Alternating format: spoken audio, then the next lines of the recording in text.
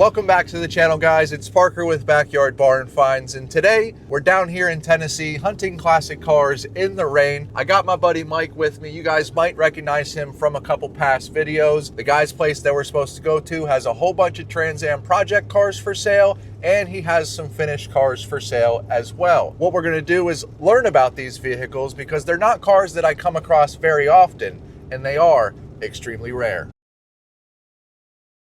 All right.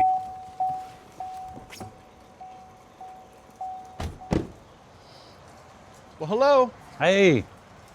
You must be David. Yes, sir. How are you guys doing? Hey, David, I'm Parker. Hey, good to meet you. Nice to meet you. Nice to see you. Well, we do see a bunch of these down here, David. And what, is this your truck? Are you a Chevy guy too? Or? Yeah, well, yeah, I am. I've actually got a GMC. I'm thinking about doing the LS swap in. So I was having a look at my buddy Howard's truck to see how good all that looked and all. It's a good job done. Now, what year is this? It's an 86. An 86? Yeah.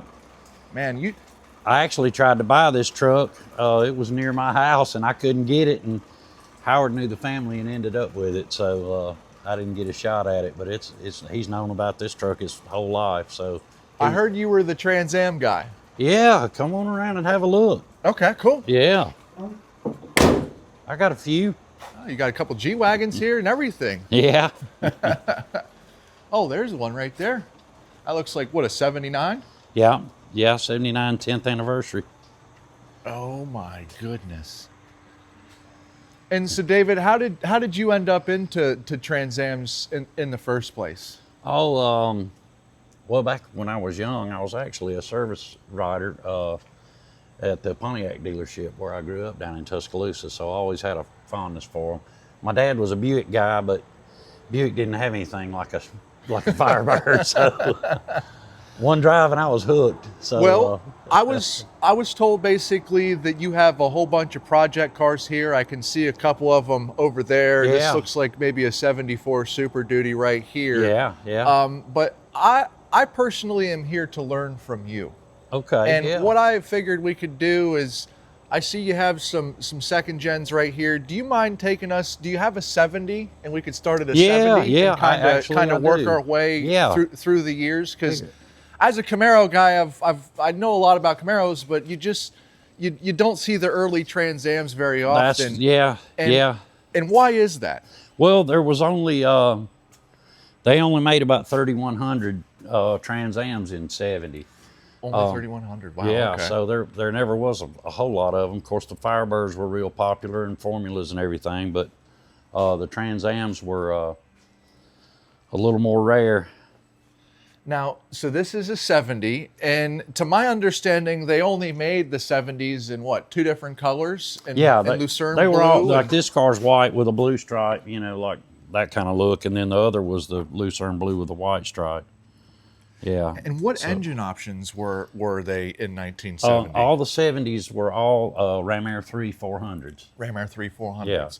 And is there anything different on, let's kind of start from the front here. Is there anything different on the front from a 70 that would identify it? Well, the grills are different on a 70, real fine, sort of a matrix there. Okay. And actually the headlight bezels aren't in here, but if you know what to look for, they're different. There's a whole lot of stuff on 70s that's 1 year only stuff. Like the 70 was the only second gen that had a more of a low back bucket seat with a adjustable headrest on it. And so that was a 70 only thing. By 71, they'd gone to the seats that were pretty similar all the way through 81.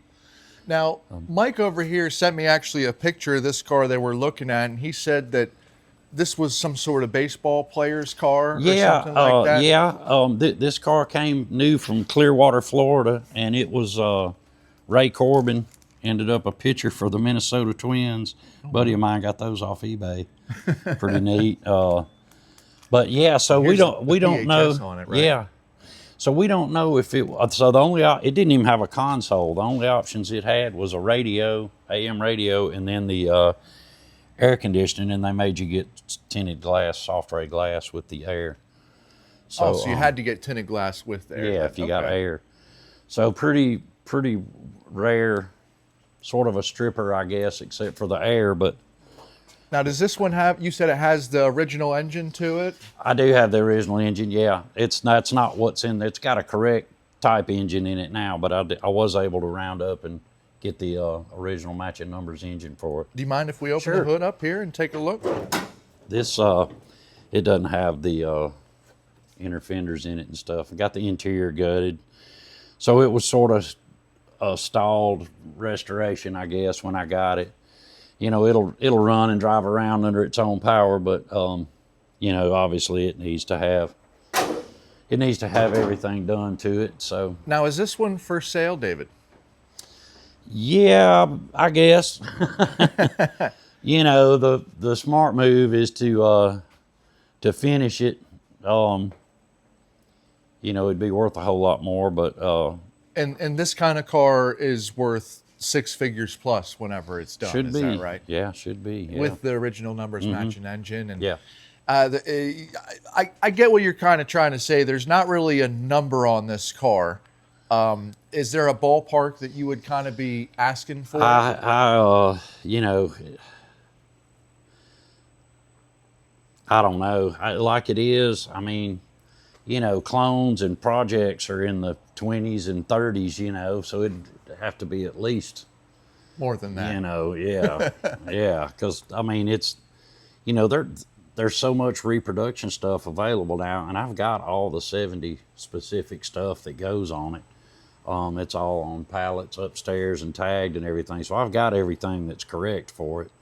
Actually, the headlight bezels and the back bumper have already been re-chromed. A lot of work. I've got a new Dynacorn floor pan for it. It's definitely a cool project. Yeah, for sure. yeah, it would For be. sure. It'd be worth the squeeze for somebody that wants to jump through all the hoops. Well, why don't we go ahead and take a look at a 71? We just Yeah. looked at a 70. Yeah. Okay. Got And a- what can you show us on the 71 that was different than the car that we just took a look at? Yeah, so the a little looser spacing on the grill inserts, Okay. and then of course you can see on the seats that they're the yeah. high back that they went to. So the 70s had the headrest, and then Yeah. 71's kind of got this Yeah. style seat in it. Yeah, and then these were all the 71s and 72s were 455 HO, so that was round port engines. Okay, so the car we just looked at had a 400, Yeah. and then this would be a 455 Yeah, no, HO. that's just a regular D-port 400, like what would have been in a GTO Okay. or some of that. And then, And these 455s had the round ports. yeah, great big round exhaust ports, yeah. Now, is this dual snorkel? Is that what you would call that? Yeah. And is that a 71 specific? Because I didn't see that over on the other one. Yeah, yeah. No, they didn't, that wasn't on a 70. Yeah, this is a pretty nice car. Also has air. Yeah, Yeah, is and that it's also a 4-speed with air, so there was only 400 and something 4-speeds made in 71.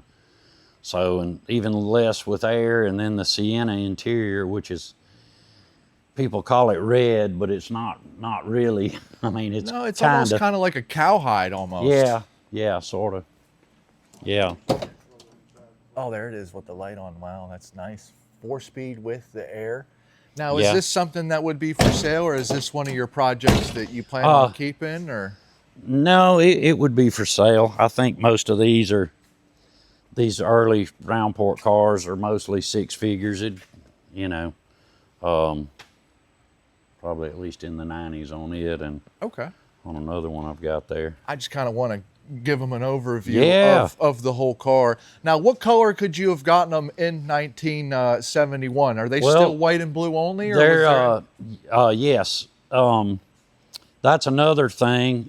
In 70, the white was actually called polar white. okay, it wasn't cameo. No, and it was a real stark white, similar to a lot of guys my age say Corvette white. It was Okay. a real stark white, like almost like an appliance white or a refrigerator white. And then cameo white was a little creamier, and that continued all the way through 81. So the whites were different. Let's go take a look at a 72. Yeah, yeah. Man, you got a whole bunch of Trans Ams. A little bit of everything in here. So the 72s all, you know, same tail lights, same paint, same stripes, same stuff. They used a little bit more of like a honeycomb type of insert in the grills in 72. Oh, yeah, right there. Okay. Which one is your favorite? Oh, I don't know. If you had to pick one. I don't know. I really like them all. So that's another of the round port 455. Pretty much the same thing that we just looked at. Yep. For the 71. Yeah, 4-speed with air. This car's sort of pretty rare option. It's got tilt wheel and power windows, and it's actually power door locks, and it's got a rear defroster on the back glass, which is real rare to see on the what we call the small window cars. It's more prevalent on the newer cars with the grid, the wires for the defroster. Now, I just noticed the wheels. Were the wheels the same on this one as the other one? Yeah, that's the optional honeycomb wheel. The standard wheel on the Trans Am was a 15-inch Rally 2, like what's on this 73 here. Yeah, so that was the standard. Now, wheel. If we were to find one of these in a junkyard, is there a way to tell from like the tags on a 71 too, or a 70, that it is an actual Trans Am? Yeah, the VIN starts with 22887 on a Trans Am. And that's for all three of the years that we just talked about? Yeah, 687 was a Formula, 387 was an Esprit. Okay. Yeah. And then it obviously would have the color for the white or for the blue, right? Yeah. On the cow tag? In 72, it's the V. It's a 2V87. The 87 is just for Firebird Coupe. So the 72s were the same, either blue with white or white with blue. And wow, this is such a good looking car. They are. They really are. And you don't see them. In 73 is when they went to where you could pick colors. The 70 through 72 had this small bird on the front. And then in 73 you could get the full bird, and now, you could get different colors. I see also this has got the different grill in the front. Bigger egg crate grill, yeah. But as someone who follows these cars, not religiously, but enough, I know that this is a pretty rare car because it's in Brewster green. Is that right? Yeah, it is. And it is a beautiful color. Yeah. Man. It is. And actually that wasn't a popular color back in the day. Oh, it wasn't? No. There's a couple of stories in the collector circles of cars actually being repainted at the dealerships when they were new, before they were ever even sold. There's a couple of guys that bought new ones that had been changed to Buccaneer red because the green wasn't popular. So. Now, this also in 73 still has the 455 on the inside? Yeah, this is not a round port 455. And that was changed in 73, right? Yeah. Okay. Well, in 73, the round port, you could get the Super Duty was the round port option. Oh, okay. So the standard, you could get a 400 or a 455 or a Super Duty 455. So this is the doesn't have air, right? It does. It does have air. Yeah, it's had vintage air added on it. Yeah. I don't remember if this was an air car originally or not. A couple of anomalies with this one, but you can see on the trim tag there that 48 is for the Brewster green. And to be honest, I've seen a lot more Brewster green cars that didn't have 48 on the tag. So now does the Brewster green bring a premium? Yeah. For those that like it, it does. I don't know. There's some estimates of around 150 cars in Brewster green. I don't know if that's accurate or not. Two things on this particular car. The Brewster green's actually not supposed to have metallic in it. It's supposed to be just a smooth color. And so this one got repainted. Almost like a flat, huh? Yeah, and it was shiny, but it didn't have any metallic. And then this car's also was sold new with a tan interior, and somebody changed it to black, which is no big foul, I guess. But Now, would this one be for sale? Yeah, I've still got a few more things to do to it, but it's all matching numbers, engine and transmission, the original 455 and automatic. Something like that's probably, around 70. 70. Yeah. Now, the one behind it, this is a 74, right? Right. Yeah. And is this a Trans Am or is this just a Firebird? It's a Trans Am. Okay. I went to put the bird on it, and the backing paper stuck to it, so I had to abort that and order another bird. So I haven't tried to stick it on there yet.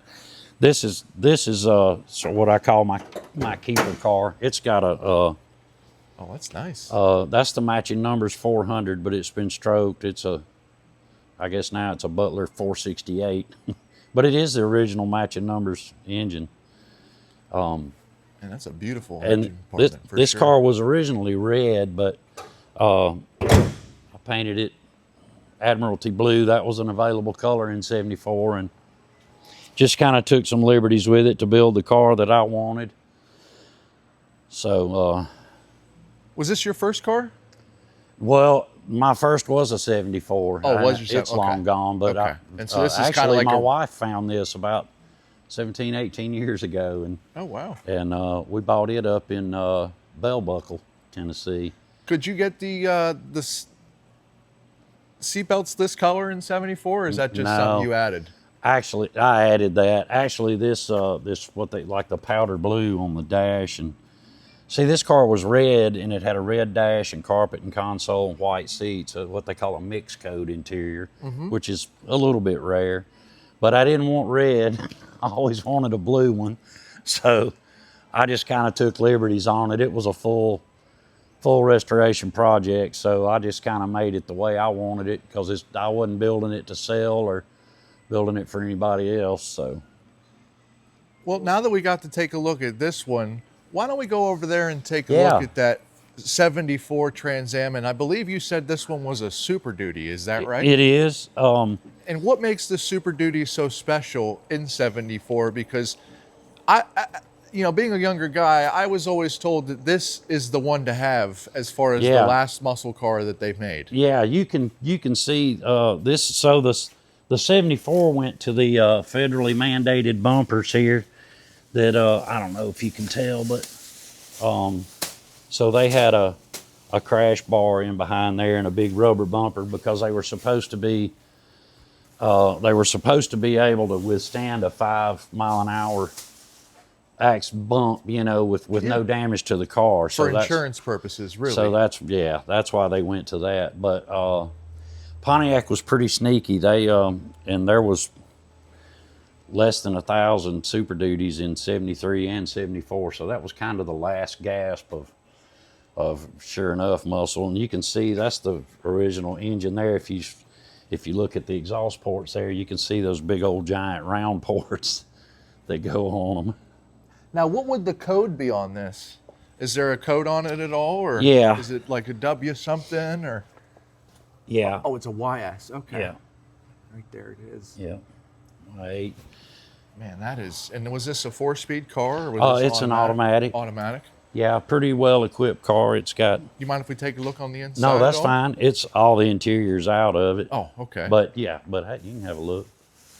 Just kind of want to see what you started with. You know what Yeah. I mean? And what's the number on something like this? Because I know there's a lot of people.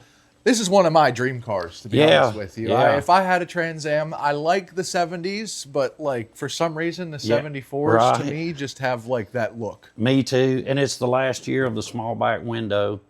And down in the noise a little bit, you can see the floor's flat on both sides, like under the seats. Okay. So in '75 is when the catalytic converters started on all of them. So there's a bump in the floor on the passenger side, and they went to the wraparound back window in '75. So You don't happen to have a 75 here, do you? No, I've got a '76. Okay. We'll have to skip '75. I don't have one right now. Yeah. These cars had for the engine, they had an X in the VIN. And that designates the Super Duty? Yeah. That's pretty easy to remember. Yeah, then, huh? that X is pretty. You see that in the junkyard, you better snatch that up Yeah, quick. they also use that for like on the 10th anniversaries and the Indy pace cars and stuff. They also had an X in the VIN. Now, So I see you Pontiac have used two that 10th to- anniversaries here, Yeah, right? yeah. One's an automatic and one's a 4-speed. One's a 4-speed. And I see you got the new wheels on here. Yeah, And I actually like those. I do Kind too. of gives it more of like a resto modded look. It does. I've got the original wheels put away upstairs. They're like this, these turbine wheels. And it's a little bit of an anomaly. Everybody calls that the turbo wheel in the Trans Am circles, but it's actually not. It's actually a 10th anniversary wheel. And then on the 80 and 81 turbo Trans Ams, they kept using that wheel, but it initially was designed for the 79. So these birds were special. They came all the way out onto the fenders. Yep. That was the only bird that did that. And if you guys remember in the video that we did with Mike over here, you have a 79 just like this, but it's not a 10th anniversary. It So doesn't have just silver 79. Yeah, looks yeah. almost identical to this, Yeah. but just a little bit different. So this also has the X in it, right? Yes, it does. Uh-huh. And is there anything special about this car that we should take a look at it? Oh, this one has is it the 2X? Is that it? Yeah. Okay, the X Yeah. is in the front. And then 2X87 and the Z code designates the Pontiac 400. Okay. And so in 79, that was when the corporate sharing started. So if you see on that car, it says 6.6 liter. So that's actually the Oldsmobile 403 V8.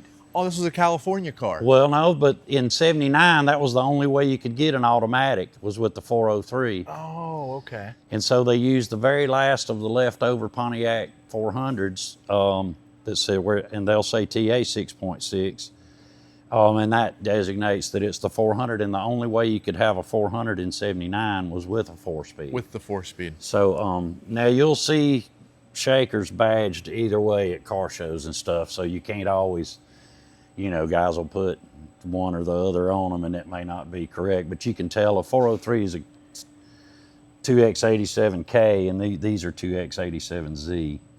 So interesting thing about these, this is the 10th anniversaries are the only second gen TA with real leather seats. Really? And if you remember back to 78, the Corvette was the Indy pace car, the black and silver ones. Yep. And they had with the red pinstripe, and they had the silver leather seats. So the leather that was left over, that's how these cars came to get real leather seats in silver. That is neat. I did not know that. Yeah. There was a lot special about the 10th anniversary TA was a big deal for Pontiac. It was really highly advertised, and it was a pretty special car. They were all loaded, so you could either get the Pontiac 400 with a 4-speed if you were lucky, or you had the 403 with the automatic. But they had red lights in the gauges, the leather seats, these silver mirrored T-tops instead of just the smoke. It's hard to see in here, but the two-tone paint and what they called the Super Bird, power antenna. So there was just a lot of, they were loaded. Like on this one, I've got the window sticker for it. It's actually a 2-page window sticker, but you couldn't, they all had the WS6 performance suspension, bigger sway bars, tighter ratio steering box. Basically the one to have. The one to have. And so they built about 7,500 in total. About 2,600 were the 4-speeds, and the rest were automatics. Well, so they're pretty special cars. I see you have this black one over here. Yeah. Is that a 74 also? That's a 76. A 76. Okay, so we skipped a couple years. Now we're going Well, back yeah, I don't have a 75. Yeah, we skipped around a little bit. So in 76, they went to a full urethane bumper cover like the more modern ones. Okay, doesn't have the bumpers like to the cover 74. up yeah. It's really the same guts behind there, but that's a lot cleaner look. Same on the back. Now this is actually before Smokey and the Bandit came out, right? Yeah. And they used the 76 in that movie, dressed as a 77. Yeah, is they that put right? a 77 nose on it. That's correct. Yeah. And I also know that some of these birds have different colors in here. Is that also right? Yeah.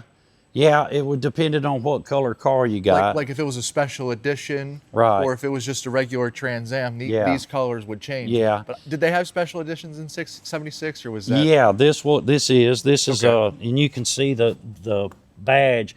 These are a 50th anniversary car, which is confusing, but Pontiac started in 1926, so it's the 50th anniversary of Pontiac. People get confused because that's a 10th anniversary Trans Am we just looked at, but here's a 50th anniversary that's older than that, but it's 50th anniversary of Pontiac. So you can see it's got the Gothic or the German style lettering. Yep. And same on the hood shaker. And these didn't really have, they were all Starlight Black, and they had the gold wheels and the gold grill accents, and that would be code 19 on the tag. all the extra. That's right. Yeah. Yep. So for some reason I remembered that. Yeah, yeah. And so these I actually were, like these seats a little bit better than the other one. They're but there wasn't, and it had the gold dash and steering wheel, but there wasn't really anything else inherently special. This one's a 400 automatic. You could get a 455 and a 4-speed, and you could get the Hearst T-tops in these too. Okay. So, but good looking car though, for sure. Is this the automatic. original paint? No, that's actually some lacquer there that's gotten cracked. I think that'll clean up pretty easy though. No, I don't think it's original paint. But now, is this one for sale? Yeah, it's probably low 30s. I got a little more to do. It's it's got a hole rusted out. I'd be happy with this car. It's got a hole rusted out in the muffler, and it needs some stuff, but it's not it's not rusty or anything. So, and it does have PHS with it and all. So came out of a pretty well-known collection. So, well, I also see that you have a couple of them behind us, and this is a 76 behind us. This is a 77? Yeah, 77 Formula, and they went to the kind of a pointy front end on these, and it's a W72 4-speed. Now, what color is this? Because I don't think I'm familiar with this color. This is actually a Nautilus blue that was, it was going to be, Pontiac was good to do a special color, like the Brewster green or Montreux maroon in 80, Martinique blue in 78. Uh-huh. So this was going to be the special color in 77, Nautilus blue. And the color got canceled because they came out with the Skybird and the Yellowbird and the Redbird. Yeah, I've seen those. Yep. And so this color got dropped in lieu of that. So yeah, they are more vibrant color than this color. Yeah, and it's hard to tell on this because it's got something smeared all over it. But now, how many in this color did they make then? Well, John Chanella said there was 6. Only 6? Because they only did one day. Okay. They only did that color for a day. So wait, 1 day? Yeah. And the color got canceled. It's in the early brochures as an optional color, but then it wasn't. Is it on the tag? Yeah. 29 was the paint code. Yeah. Wow. This one also had a pretty interesting dealer installed ASC moonroof. Oh, I thought this was, so this is unrestored then. Power moonroof. Yeah. Okay. Is it for sale? Yeah. It really needs to be painted probably, but it's had some stuff done. The dash has already been done, and I've got a lot of the stuff to finish it with, but it's a real W72 4-speed formula. So would this have been the original material for the interior? You could get cloth in this. This is a deluxe interior, deluxe seat. I don't know that that's the right shade of blue, but since there was so few cars done in this color, I don't know if that's one of what 6 the shade of blue was. That's insane.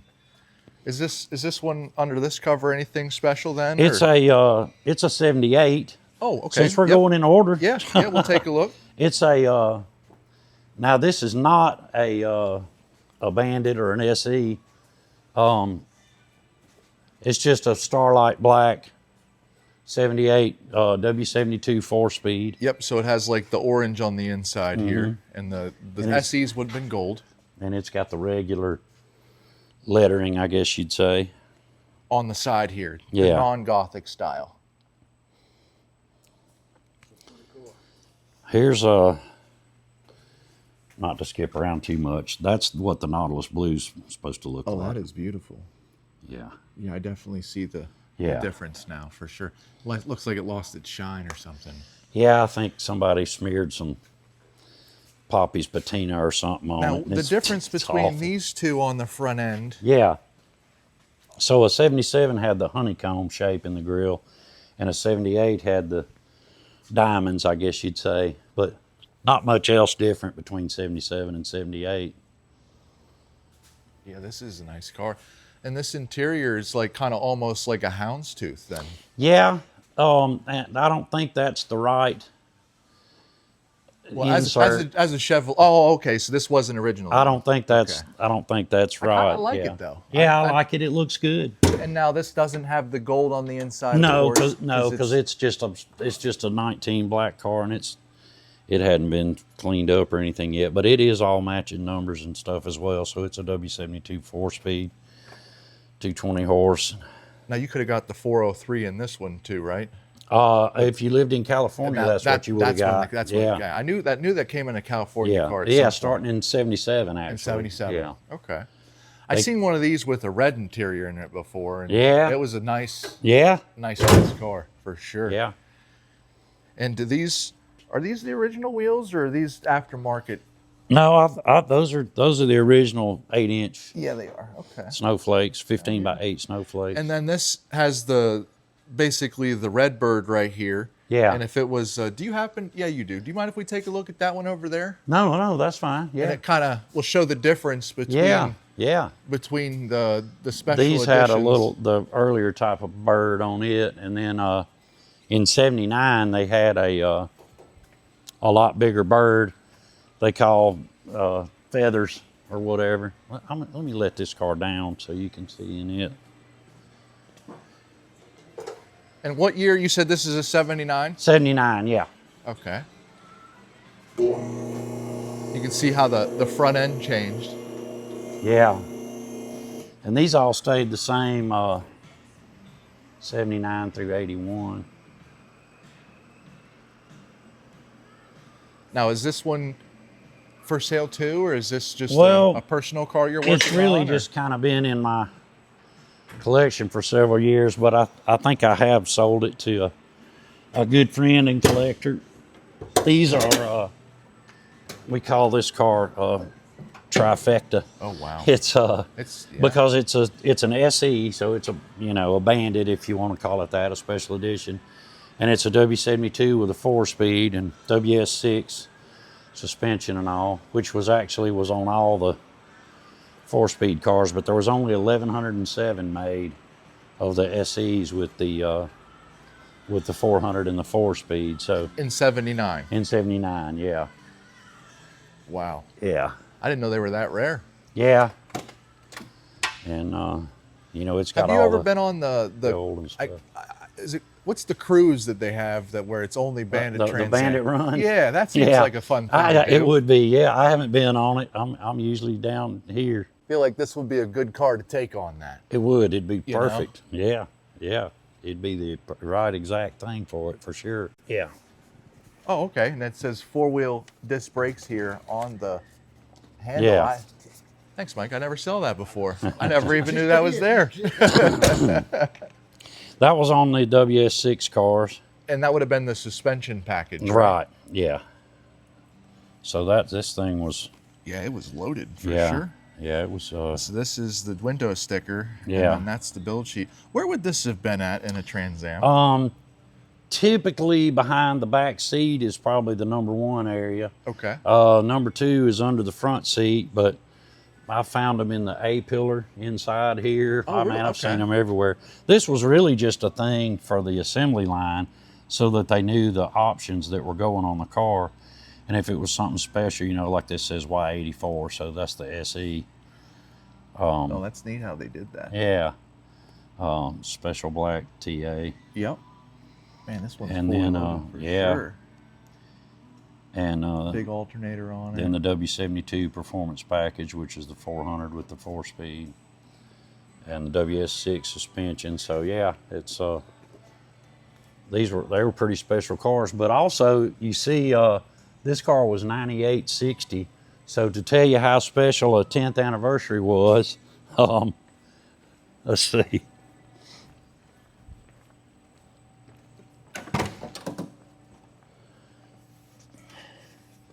So this was 10.8. Wow. So it was another grand, but see, everything's no charge. So they were all completely loaded with no extra cost stuff. So yes, they were pretty hefty on the price back then. Yeah, it was another grand to get a 10th anniversary, or a Y89 as they call it. But it's still the Bandit cars are still the money, you know, just because of it's a cultural icon. You know, a 5-year-old knows Smokey and the Bandit these days. Exactly. So, yeah. Well, I think you have 2 gold cars that we could take a look at. Is that right? Yeah. Do you want to put these back in here first? Or? Oh, yeah, they'll be fine. Okay. They won't go anywhere. Yeah, this one, you know, I get people that stop in or call, and I see you fool with Trans Ams. I know where one is, you know, that kind of thing. So this is just what we'll call a garden variety 79 Trans Am. It has the 403 automatic. It's got T-tops, and of course it'd be a full project, but it does run and drive, and it's just something I haven't gotten to yet, you know, because of I've got other cars that would be worth a whole lot more, you know. So. Well, what's the number on this then? You know, somewhere 9-10 grand, something like that. 9-10. Okay. But it is a run and driving car. You know, for comparison, this white one over here, this 79 that we didn't talk about, this is a 2-owner car that came from Tullahoma, Tennessee, where it was bought new. And it's got, it's the original paint on it. Oh, wow. Except for the back bumper. But it's only got like 80-something thousand miles. But so, and it's a T-top car. So for comparison, this one was 9 grand on the window sticker, because it's not an SE, it's not a 10th anniversary. It's a pretty loaded car because it's got T-tops and tilt and air conditioning. See, and the all bird that. Doesn't go the whole way off to the fender. Right. So a car like this, excuse me, you know, 34 grand, something like that. So comparing to the gold one over there, you know, this is what you'd end up with. So you'd have to be a little careful not to outrun it, you know, if you're gonna go to painting and doing that kind of stuff. But no, every time I mention this on one of my videos, I say something about a LS swapping a Trans Am. Yeah. People, they get upset about that in the They comments. do, yeah. Why is that? Well, because I see them go for sale with an LS in them, and they bring crazy money. they do. And most of the cars that have been LS swapped have been, you know, for one thing, it's expensive to build a Pontiac engine. You know, the parts are they cost more. But you know, I'm not as offended by it in a later model car, you know, like say, for instance, this one. Part of the reason you know, the earlier cars like this car, it'd be a crime to put an LS in this because it's such a low production and those engines were really special. Yeah, and, for sure. You know, you can hang a couple of turbos on a LS and, you know, make 800 horsepower pretty easy, but it's not going to make the torque, you know, that these make. So I do too. For instance, the Super Duty, James Wilkerson built the engine in it, and we built it stock.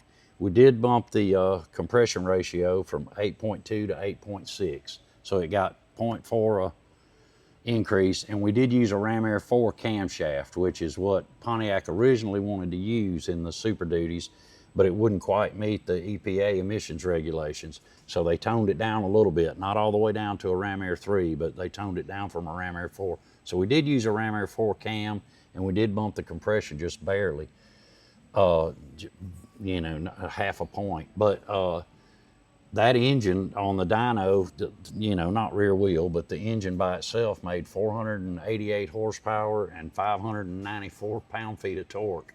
So you're talking almost 600 pound-feet of torque on a stock iron intake, iron heads, quadrajet carburetor, you know, the factory exhaust manifolds. So it's, you know, they were grossly underrated, of course, for insurance purposes and stuff, but you'd have to spend a bunch to get 600 pound-feet of torque out of an LS. You know, it's doable, but you'd be up against a bunch of money. I just think on these cars, as few of them as there is, and now if the original engine's gone, or if you find a basket case and want to build it, I'm not too offended by it. I get it. You know, I'm just happy to see these cars back on the road, really. With whatever. So another thing guys did, these cars that had the 403s, you know, if you could find a 442 or an early Olds that had like a Rocket 455, it'd bolt right in. Oh. So I've seen a lot of these that had those in them, and that's a game changer. You know, the thing with the Olds were there wasn't a lot of aftermarket support. So if you bought a new TA in '79, there was no headers, there was no aftermarket heads or cams or any of that kind of stuff for a 403.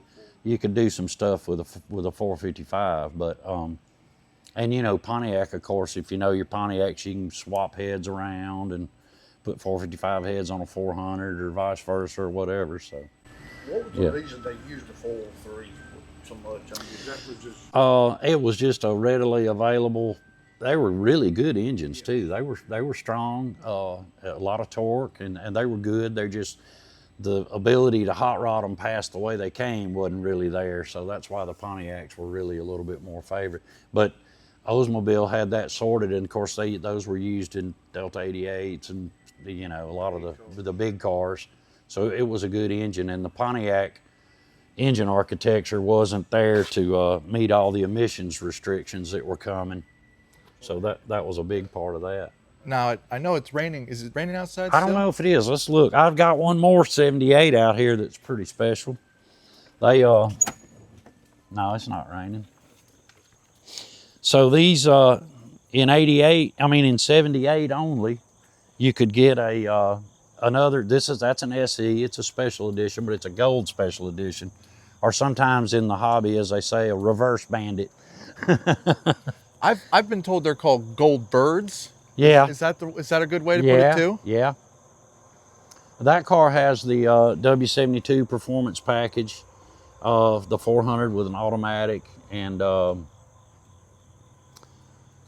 it is an SE. I've got all the PHS and stuff on it. So these were pretty special. They had a different bird, and they had all the pinstripes like a black and gold SE, you can see.